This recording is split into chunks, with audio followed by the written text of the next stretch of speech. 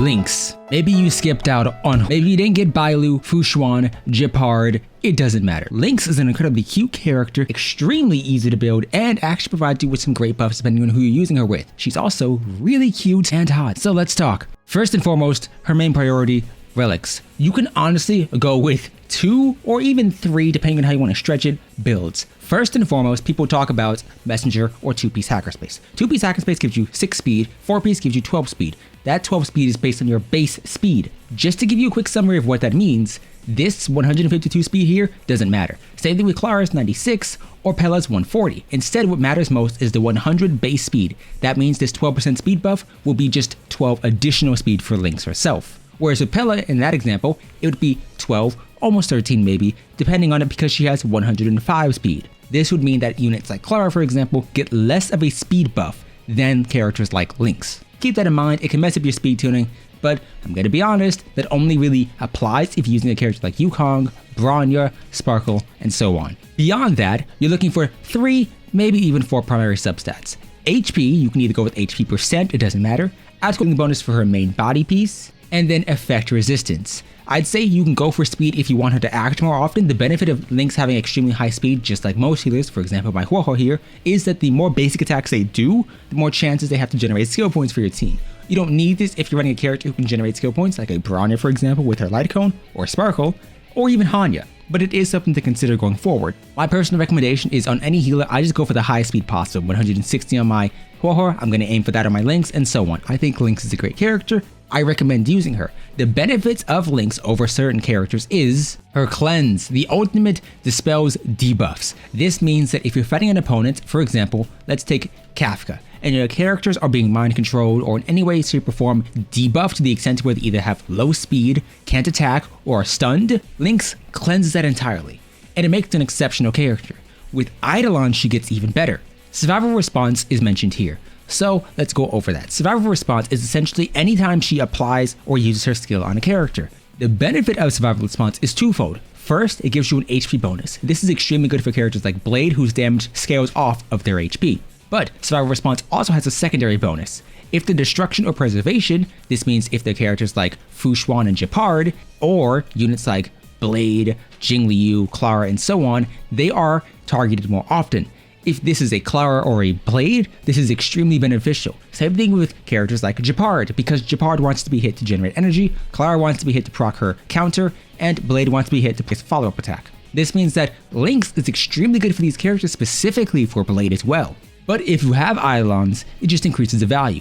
30% effect resistance is extremely good because it stops you from getting debuffed. This doesn't necessarily matter as much if you're already using it on a character that is debuffed solely, but it is worthwhile to mention. Now the passive healing, I honestly don't necessarily think is good, and same thing with the attack here. 3% of Lynx's max HP, it's good. Like her max HP in this instance is 5,000. That's just 150 bonus attack.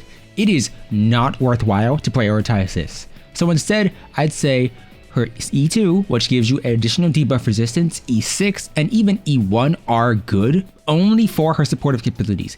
E6 and E2 are just her best cons. But beyond that, what should you focus on if you're going for traces? Well, let's talk. Her skill isn't really that good or useful. Yes, it is good in the sense that you can increase the targeting priority for certain characters, but you shouldn't really need this. I would say her burst is good just for the sole purpose of it providing with that emergency heal and that emergency debuff cleanse. Her skill is good just because if you need that extra healing, it's there. It shouldn't be something you solely rely on. Even though her heal is nice, I legitimately do not believe you should solely rely on need this every single rotation.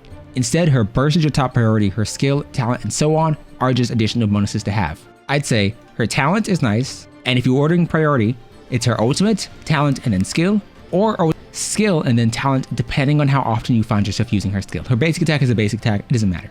For Light Cones, post-up conversation.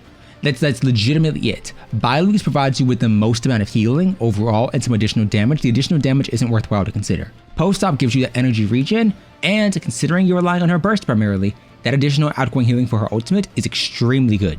Warhor's Light Cone is nice. It does provide you with it does make her a mix of a Harmony and Abundance character, providing with an additional attack bonus, But once again, this isn't something you should ideally summon for. If you like Warheart, if you like the Light Cone, go for it, yes. But for Lynx in particular, I would say post-op is better in the vast majority of situations because it gives you more energy.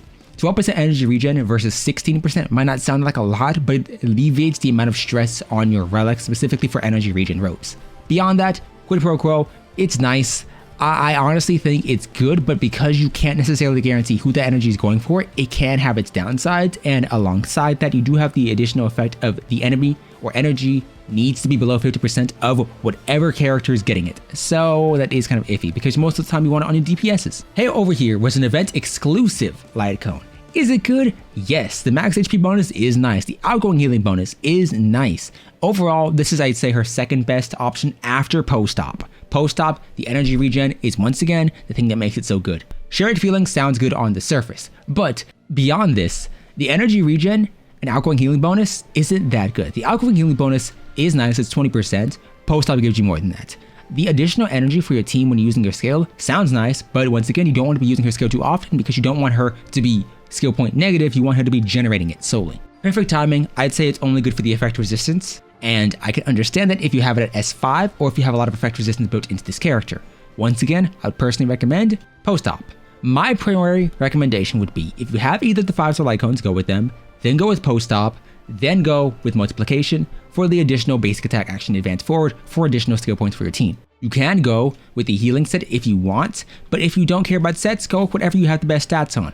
Outgoing healing bonus, speed, HP, and then energy regenerate. Eidolons, you want E1, E2, or E6, all of them are wonderful. She's a character who wants to be maxed out, and she works well with specifically Blade, as I mentioned before, but pretty much any team for the sole purpose of that debuff Dispel, which is not something that a character like Bailu has. I'd say HoYoverse is a great character, a bit underrated, and yeah, she has gotten overshadowed by other healers now, but she is still worthwhile to invest into if you don't necessarily have other healers or don't intend on going for them, and maybe you just like her like I do. She's cute and funny. I recommend building her. By the way, if you enjoyed, leave a like down below, consider subscribing, and I'll see you next time.